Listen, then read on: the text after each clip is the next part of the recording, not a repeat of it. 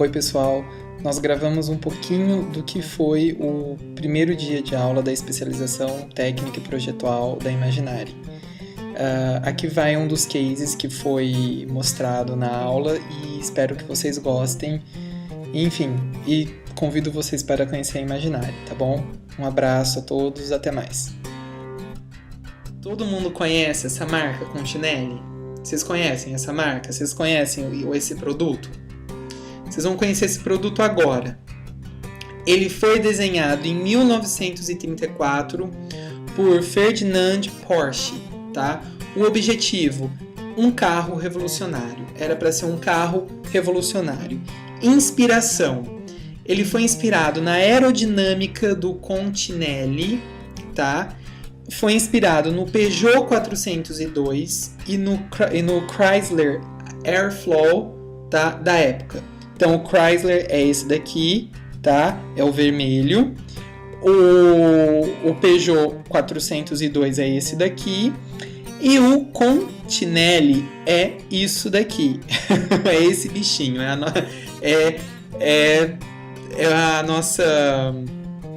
Eu esqueci o nome em português. O carro ele foi inspirado no Continelli, que é o Fusca, é o nosso Fusca, mas ele era chamado em 1934 de Continelli, por ele lembrar o bichinho, o nosso bichinho, tá? Esse bichinho bonitinho aqui, tá? E ele foi estruturado, tá? Na questão da teoria da forma, em ergonomia, ele foi estruturado no shape desse animalzinho mesmo, né? É claro que trazendo algumas características desses carros aqui, tá? Bom, o protótipo ele foi oferecido por várias fábricas e ninguém se propôs a produzir. Ninguém queria produzir porque era um carro muito arriscado, mesmo porque tá vendo que um dos diferenciais você abria o carro aqui na frente, não era aqui, né? Era ao contrário a porta do carro, tá? Bom, em 1938, a Volkswagen aceitou o projeto a pedido de Hitler, tá? Então, a gente tem o quê? A gente tem 60 carros que foram produzidos como teste em 1938, tá? Então, a gente tem aqui, ó, como que ele era, tá vendo, ó? Como que ele era bem a Joaninha, lembrei o nome, Joaninha. Era bem a Joaninha, tá? Era bem a nossa Joaninha aqui, que é o case do Continelli, tá? Continelli. Bom, a guerra quebra a produção e o Fusca fica com uma imagem também negativa. Por quê? Porque é o seguinte, depois que quebrou a produção, as pessoas estavam associando ele como um carro nazista, né? Por quê? Porque assim, foram produzidos alguns carros, mas quem utilizava esses carros eram os nazistas, entendeu? Eram as famílias dos nazistas. Por quê? Porque quem bancou a primeira produção foi Hitler, tá? Foi o nazismo, né? E a guerra quebra a produção do Fusca e ainda ele fica com uma imagem negativa, tá? Só para vocês terem uma noção, tá? Aqui em Berlim é uma passeata nazista que tá tendo e vocês veem que o Fusca não é passeata nazista, o Fusca preto, tá? Então foi muito associado a isso, tá? Então os aliados que na época, tipo assim, eles pararam de produzir o carro de 2 a 3 anos por volta de 1946, tá? E como retomar esse carro, né? Como tornar esse carro viável, tá? Em 1953, o Continelli ele é relançado com aprimoramentos de segurança. Então, o que você tinha aqui, ó, tá vendo? Duas janelas. Você tem a janela oval, tá? Que na verdade foram alguns aprimoramentos de segurança, aonde o pessoal teve um argumento maior para poder relançar ele, tá? Então, em 1957, ele já é relançado também outra vez com outro interior. Então, vocês veem que a produção dos anos 50, né, o Fusca ele teve vários relançamentos em pequenas quantidades, né, com diferenciais. Então, aqui você já vê que o interior parece um sofá de casa, bem Art Deco, tá? Isso daqui é bem Art Deco, né? Você vê que aqui o interior ele tem algumas outras inovações, né? E aí, o que a gente tem? O Continelli, em 1972, os direitos autorais do desenho é comprado pela Volkswagen, tá? E ele é reestruturado. Por quê? Para nascer um carro revolucionário, que aquela imagem nazista seja quebrada, para ele poder entrar no mercado com tudo.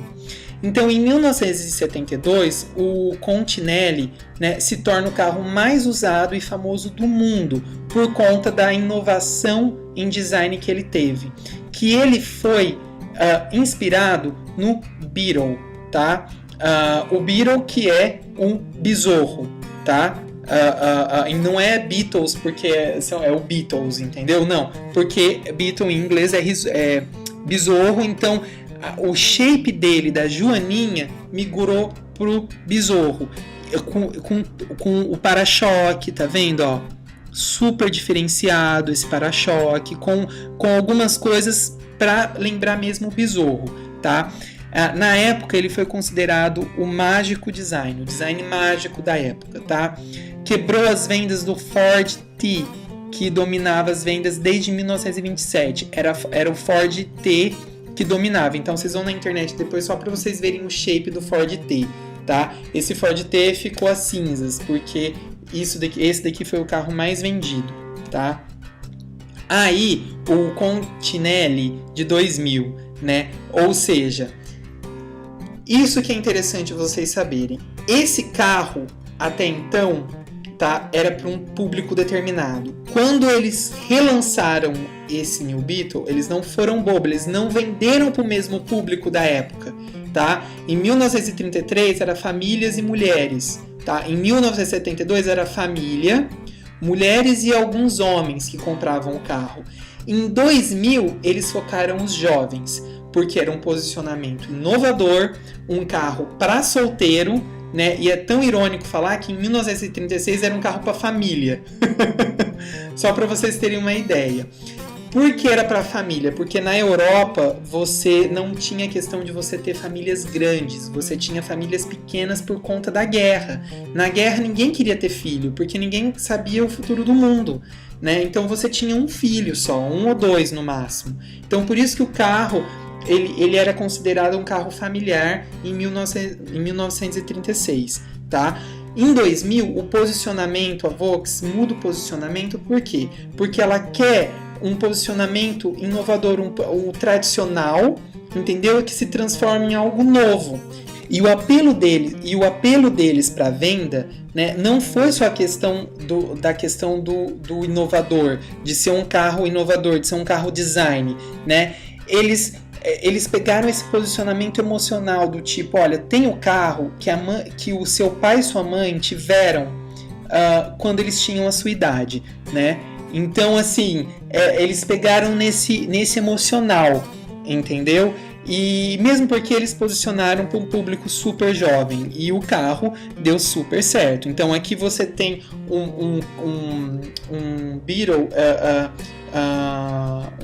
um novo Fusca, você tem ele conversível, né? E aqui é a versão dele conversível para 2013. Tá? Eles já começaram a produzir aqui nos Estados Unidos essa versão, uma versão mais alongada, né? Então ele vai perder outra vez essa característica essa característica de joaninha, tá? Essa característica redondinha que eles retomaram, que era do Continelli, que eles retomaram de 1930 para redesenhar o novo, que teve um posicionamento novo.